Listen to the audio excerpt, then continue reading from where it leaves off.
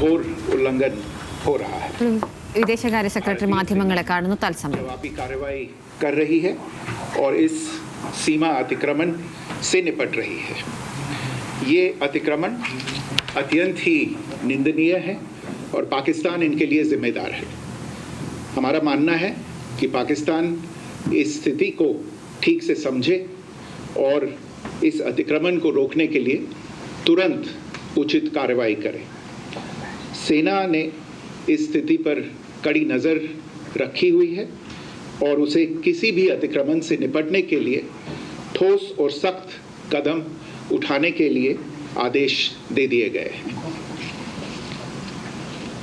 Good evening.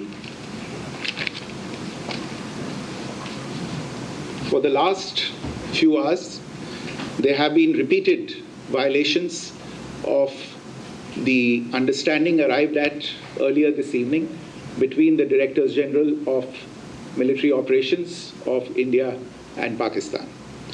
This is a breach of the understanding arrived at earlier today. The armed forces are giving an adequate and appropriate response to these violations, and we take very, very serious notice of these violations.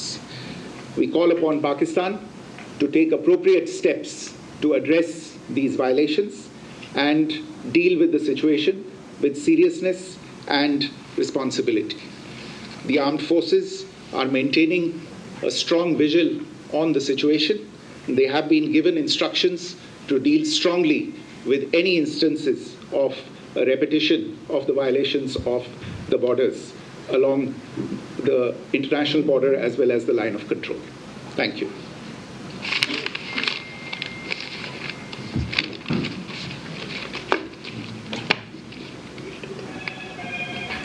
Thank you very much. Pakistan വെടിനിർത്തൽ ധാരണ ലംഘിച്ചിരിക്കുന്നു.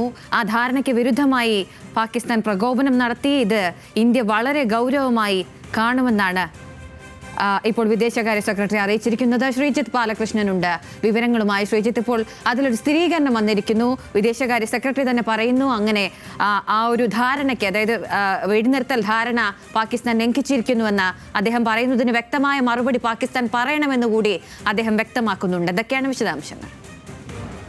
അഖില, തീർച്ചയായും പാകിസ്ഥാൻ വെടിനിർത്തൽ ധാരണ ലംഘിച്ചു എന്ന് India ഔദ്യോഗികമായി അറിയിക്കുകയാണ്. അതായത് വിദേശകാര്യ സെക്രട്ടറി നേരിട്ട് മാധ്യമങ്ങളെ കാണുന്നു. അതായത് വൈകിട്ട് 5 മണിയോടുകൂടി എല്ലാ വെടിനിർത്തൽ കരാർ പൂർണ്ണമായും പാലിക്കുമെന്ന പാകിസ്ഥാൻ്റെ പ്രസ്താവനയ്ക്ക് വിരുദ്ധമായി പാകിസ്ഥാൻ വെടിനിർത്തൽ കരാർ ലംഘിച്ചു എന്ന് ഇന്ത്യ ഔദ്യോഗികമായി മാധ്യമങ്ങളെ അറിയിക്കുന്നു. അത് ലോകത്തോട് പറയുന്നു. പാകിസ്ഥാൻ്റെ നടപടി അപലപനീയമാണെന്ന് കൂടി അദ്ദേഹം പറഞ്ഞു വെക്കുന്നു.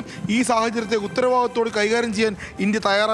അത് തിരിച്ച് മറുപടിയായി പാകിസ്ഥാൻ ഇക്കാര്യത്തിൽ, അതായത് ഇന്ത്യയുമായുള്ള കരാർ, ഇന്ത്യയുമായി നടത്തിയ ചർച്ചകൾ, സൈനിക തലത്തിൽ നയതന്ത്ര തലത്തിൽ നടത്തിയ ചർച്ചകൾ പാകിസ്ഥാൻ പാലിക്കണമെന്നും കൂടി ആവശ്യപ്പെടുന്നു.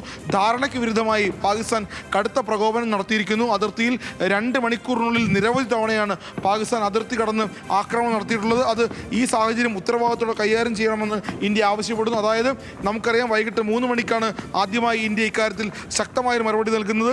അതിർത്തി കടന്ന് ഏത് തരത്തിലുള്ള ആക്രമണം ഉണ്ടായാലും അതിനെ യുദ്ധമായി കണക്കാക്കും എന്ന് ഇന്ത്യ പറയുന്നു. ഇന്ത്യയുടെ നിർദ്ദേശം കേട്ടുകൊണ്ട് പാകിസ്ഥാൻ വെടിനിർത്തൽ കരാറുമായി മുന്നോട്ട് പോകാൻ തയ്യാറാണ് എന്ന് അറിയിക്കുന്നു.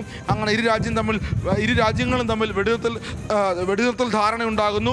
പക്ഷേ ആ ധാരണ ലംഘിച്ചുകൊണ്ട് ഇന്ന് രാത്രി 10 മണിക്ക് ശേഷം ഏതാണ്ട് 2 മണിക്കൂറോളമായി, അല്ലെങ്കിൽ 9 മണിക്ക് ശേഷം ഇതുവരെ 2 മണിക്കൂറോളമായി നിരവധി തവണയാണ് പാകിസ്ഥാൻ ഇന്ത്യയുടെ അതിർത്തി കടന്ന് ആക്രമണം നടത്തിയിട്ടുള്ളത്. അത് അക്കാര്യത്തിൽ ഇന്ത്യ ഔദ്യോഗികമായി സ്ഥിരീകരണം നടത്തിയിരിക്കുന്നു. പാകിസ്ഥാൻ്റെ നടപടി അപലപനീയം എന്ന് പറയുന്നു. ഈ വെടിനിർത്തൽ കരാർ ലംഘനത്തെ ഒരു കാരണവശാലും അംഗീകരിക്കാൻ കഴിയില്ല.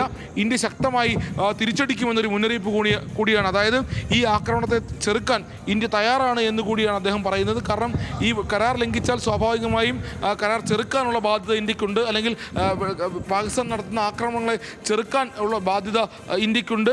അതുകൊണ്ട് തന്നെ ഈ സാഹചര്യത്തെ വളരെ ഉത്തരവാദിത്തോടെ കൈകാര്യം ചെയ്യണമെന്ന് ഇന്ത്യ പാകിസ്ഥാനോട് ആവശ്യപ്പെടുന്നു.